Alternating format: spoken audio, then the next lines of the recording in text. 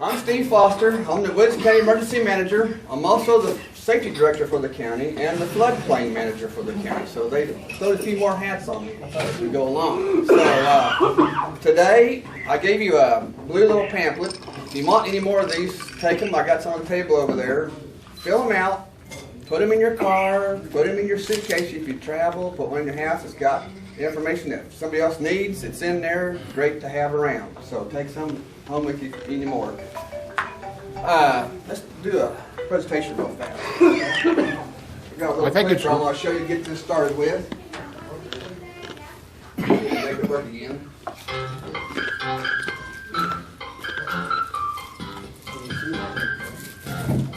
Hello, I'm Preparedness. Him? That's disaster. He doesn't have too much to say. He's been hanging around more and more, although he's usually not this easy to spot. He's a busy guy. He's always up to something.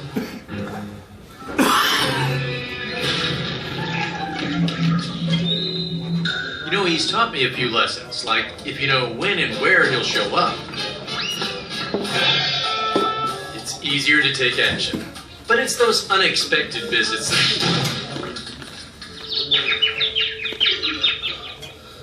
that do the most damage.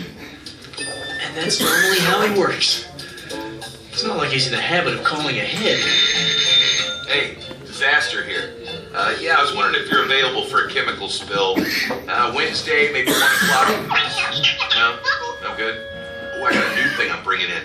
Earthquakes. You'll love them. Shipping them in from the West Coast. No, damn, it sounds like he's always there. Constantly reminding you to be prepared and to get ready. If he were this annoying, I'm sure you'd be ready for him. But being ready for disaster, well, that's your responsibility. I mean, you go to great lengths to get yourself ready for far less serious threats. It's good luck for you. Disaster is always out there, plotting everything from tornadoes to terrorist attacks to who knows what. But there are a few simple steps you can take to keep him in his place. Have an emergency kit, keep it stocked, and know exactly where it is. Have an emergency plan, and share it with your family, your friends, and your neighbors. And know the potential threats in your area. And be prepared with at least a couple of ways to stay informed. Sure, he looks big and scary, and you can't stop him from showing up. But take it from Preparedness. You and your family can handle whatever disaster dishes out. Have a kit, make a plan, and stay informed. Visit preparemetrokc.org for more details on how to keep disaster in its place. All right, people, let's get this mess cleaned up. Oh.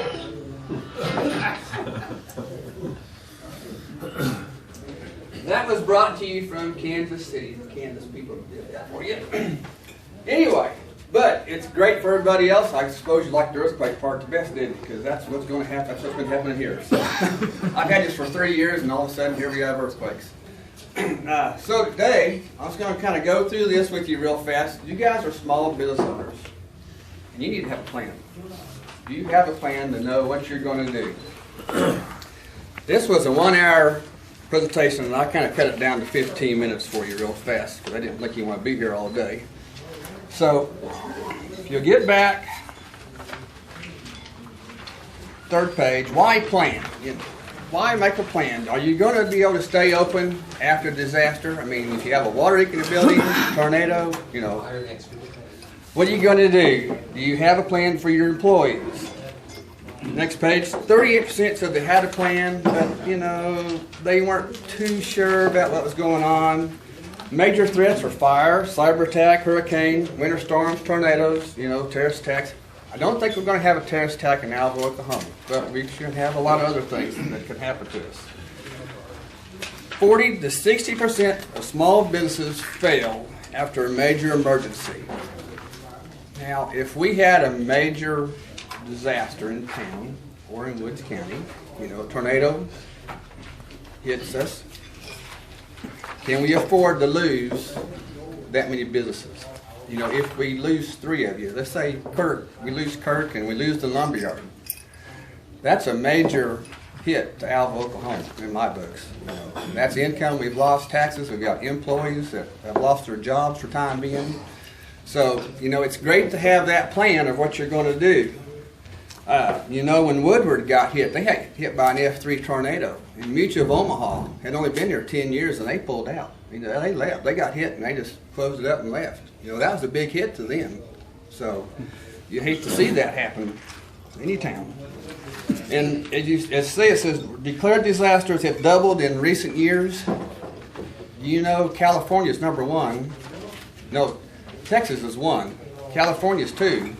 We're number 3 in the nation of declared disasters.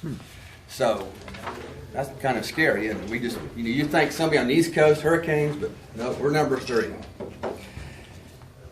So, get on back down the pages here.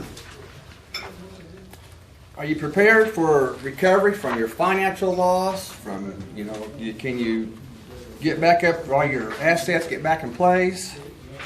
Most businesses think they don't have the time. And most people think worst case scenarios. Oh, you know, I get this. Everybody says, you worry about the worst case scenarios. Why not? That's the best thing you want to worry about. It's the worst case. You don't want to worry about something really small. You want to take something major that's going to put you out of business. You want to be sure you get back into business. I mean, if I told you like 2 years ago that Oklahoma City get hit by 2 F5 tornadoes in 1 year, you'd have kind of laughed at me, wouldn't you? Thought, no, that's not going to happen. If I'd have said a major cold front's going to come in and a hurricane's going to hit New York City, you thought I've been watching TV too much, you know. But it happened. You know, that was a major hit to the nation and to them. So it's best to be prepared on that part. The 3 steps for preparedness is plan to stay in business, talk to your people and your employees, talk to your neighbors, talk to everything, and protect your investment. And this isn't just me. This is FEMA. This is from their small business employee people and a bunch of other people who've got out there and worked with it and know what's going on. Know how to take care of your employees. You know, what are you going to do with your employees if you lose your business? Lynn, are you insured enough to take care of them, to get them through? I mean, you hate to lose them. Probably not. You know, it's you know, what are you going to do? Are you going to have them come back in and help you get the business going back up again? You know, if you had a flood in your building, you just get in there and what if you're laying down on the ground? That's, you know, are you going to do it? And one of these is planning. And one thing that really caught my attention was train on fire extinguishers. Is your business worth $20? Should be. It's worth more than that, isn't it? So if you had a fire in your building, could your employees put it out, or would they run out the door? You know, we've been through that at the dealership. You know, I saw a little episode clip. These kids were going to rob this store, so they went in the store and they lit this display on fire. And they walked away. Well, then the customers coming in, this display's on fire. They're standing there looking at it. Oh, that's on fire. They just kept looking around. Nobody yelled fire. Well, then pretty soon it's on fire, and the clerk looks up, and she's scared, so she runs out the door. Well, the business owner loses his shop because nobody knew what to do. The VOTEC will give you a class for $20 an hour, a safety class. They will come to your business and teach you how to use a fire extinguisher for your employees. $20. And they bring all the stuff, and each employee knows how to use that fire extinguisher. You know, I have all my guys in the county take that class, and you know, even those guys get nervous about doing that once in a while. You know, we say, hey, get up here. Well, I don't want to do it. No, you got to learn how to do it, because if you got a fire somewhere, I want you to put it out. So use your VOTEC out there. They're great on safety classes. You know, bring them in, have your employees, you know, feed them some donuts and say, hey, you know, guys, we have a little safety class for an hour. Spend that hour with them, or vegetable play, whatever, and go through it. And it probably help your insurance anyway on top of that, because you're telling your insurance, hey, guys, we're doing safety classes for our businesses to take care of it. It'll get a little bit of a break on top of that. So that might help you guys out on your businesses. Protecting your investment. You know, that's to meet with your insurance provider, you know, plan on other outages, you know. Make sure your physical assets are taken care of. Secure your, now this one right here was secure your HAV, your air conditioner stuff. That was in case, that's used for flooding. And we're not in a flood-prone area very much, luckily for that. If we're in a floodplain, they want you to jack your air conditioner units up on the outside of the building and have to be a foot above the flood zone area if they've set up. And they want you to secure it to the wall so it doesn't float away in the flood, because most times that's a major cost to you right there if you lose your HAV system. And there's a lot of solutions, there's a lot of cost. There's some that are cheap, there's no cost solutions. And let me just go right through these.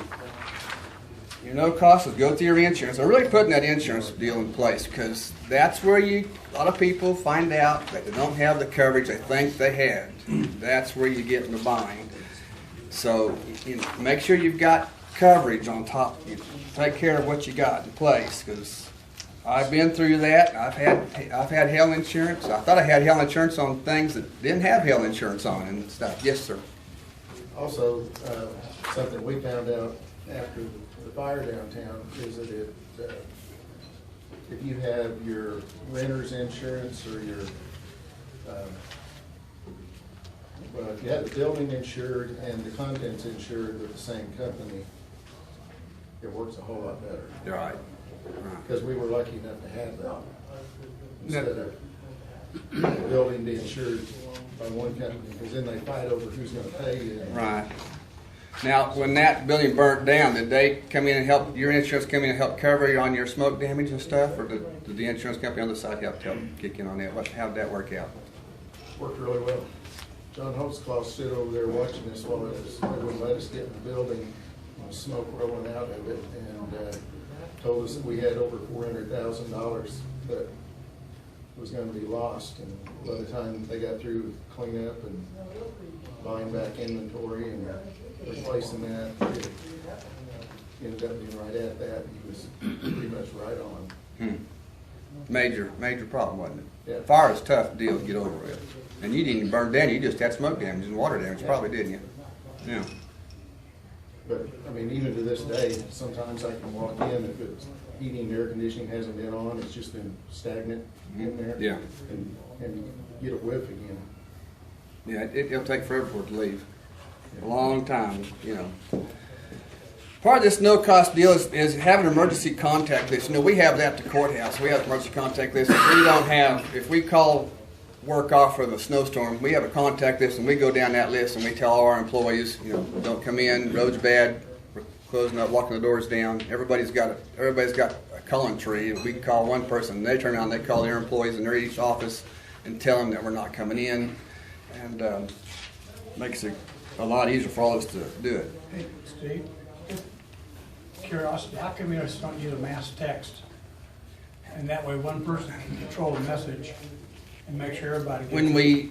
we haven't done that, I know what you're talking about. I just saw that on my phone. I can do that with. I have to pay for it. We have a mass test for we have a deal for our firefighters and EMS called Active 911. That cost me $10 a phone to put that on.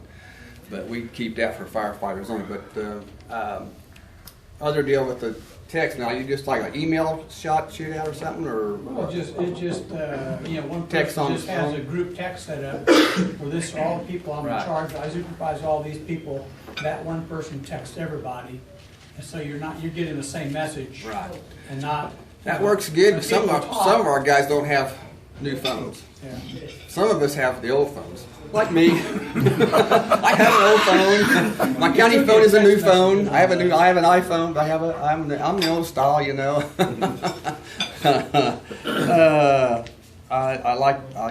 haven't got moved up yet. So anyway, it says, and here's the deal: is practice your emergency plan. Your employees know how to get out of the building if we got a major. Do they know what to do? Even at home, do your families know how to get out? You got kids, they know how to get out. Where are you going to meet? Where are you going to take your employees? Where are you going to meet if something happens and you got to get out of the building? So we go on down here just a little ways. Another thing about this is I got to think where I was going to talk to you on that part right there. If you have if we have a storm come in, okay, are you going to send your employees home if we have a tornado come in? Are you going to shelter them in place? You're going to say, okay, guys, we got a place here in our building that we're secure for our storms, or what are you going to do with these people if we have a storm come in? Have you thought about where you're going to put your employees? I mean, that's a lot of places in downtown Alva I wouldn't want to be. I'm sorry, I've been to some of those buildings. I own one of those buildings, and I've told my wife, if there's a storm coming, you lock the doors, tell everybody to leave, and you get home. I mean, some of those buildings, they're not really that much safe down there. They're old buildings. I know they're old buildings, but that's still not a place to be in the case of an emergency or a tornado. So, okay, let's get on through there. I'm going to just zip through it because I want you guys to take this home, read through it, study it, kind of think what you need to do with your employees, help them. There's another deal here is your computers, your antiviruses. Do you have backups to your computers? If you got hacked, we at the courthouse, they have tried to hack us at our courthouse. We've had that problem. And we do backups, and we keep those backups locked away at the bank. We put them over there, we move them over there and we keep them locked in. So in case something happens, we can go over to the bank, get them back out, and keep going. And we also make a backup every day, and somebody in that courthouse, somebody in every office, takes a backup home with them. So if something happens, we can get back in and go. Yes, sir. Have you ever tested one of your backups to make sure the data's really being backed up? I guess they are. I'm sure they're zip driving it and checking. That's a good idea. They back up. Right. When they put it on a zip drive and they take it with them. And well, then that doesn't mean. But I can tell you from experience. You may think your material's backed up, Yeah. but that tape may have had a fault in it. Right. You may not have a backup. I know. You should always test your backups to make sure I hear you. that you're really backing up your data. Yeah. I agree. I don't have to do that, so I don't worry about it. But they're going through the office stuff. That's their deal. They have to take care of that. So, I'll just tell you, we had somebody try to hack into us because we were our computer started going real slow in the clerk's office, and so they called Pioneer and they said, "There's somebody trying to hack into you right now," and they gave us an app to put on our phone. And our maintenance man was there, and he put it on his phone. He started walking around, just come out of our parking lot out front of the courthouse out there between us and Holders. Somebody sitting out in the parking lot in their car. And the minute they saw him come out the door, because he had his phone up there, he was kind of watching where it's coming from, and they shut their computer off. When he went back inside, and about 10 minutes later, it came back on again. When he walked back out the door, and they shut off and they left. So, I don't know what trying to hack into in a courthouse. I mean, there's not that much, and most of that stuff's open record, so I don't know. But you can walk in there and say, I want to look at this, and it's there. You can look at it. But anyway, it's kind of interesting. So. It's like climbing a mountain, Steve. It's there, and they want to see if they can. I guess so. I don't understand. I think it ought to be a bigger law. I think it ought to be the death penalty. You can hack into somebody's stuff, it'll be the death penalty right there if they catch you. It shouldn't be just throw you in jail for 6 months. They have destroyed more people's lives on hacking, and all this than you can ever imagine. It just really aggravates me.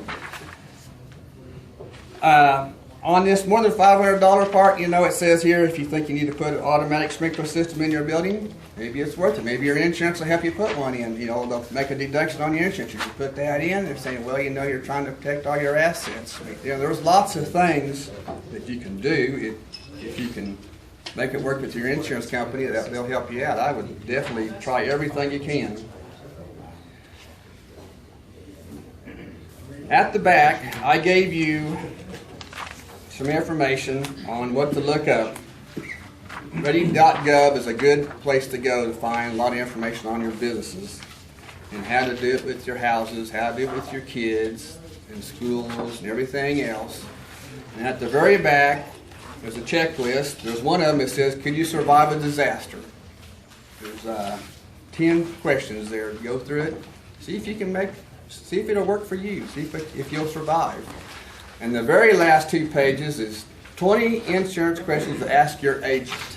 You'll talk to your insurance guy. Make sure those 20 questions you can answer them and help you out. And I hope it'll save somebody in this room, you know, a problem if you use these. I hope we never have a disaster in this town or in this county. A major. Right now we declared Woods County a disaster Monday for the ice storm, and that is mainly for our cooperative electric co-ops, our AEC and PCO, PEO down in Winoka. They took a pretty good hit on the power line system. Winoka took a pretty good hit down there too. And so that's what that disaster was declared for on Woods County. And we did that just so we could help those people reclaim their money back. Because if we didn't declare a disaster, it'd be kind of funny. They had a disaster, but we didn't declare a disaster. So we had to go ahead and do it that way. So they'll get their money back on the help. So, guys, thanks for letting me come out and talk to you. I hope I answered some questions for you, and I hope it helped you out a little bit. And we'll see you again later. Hope we've got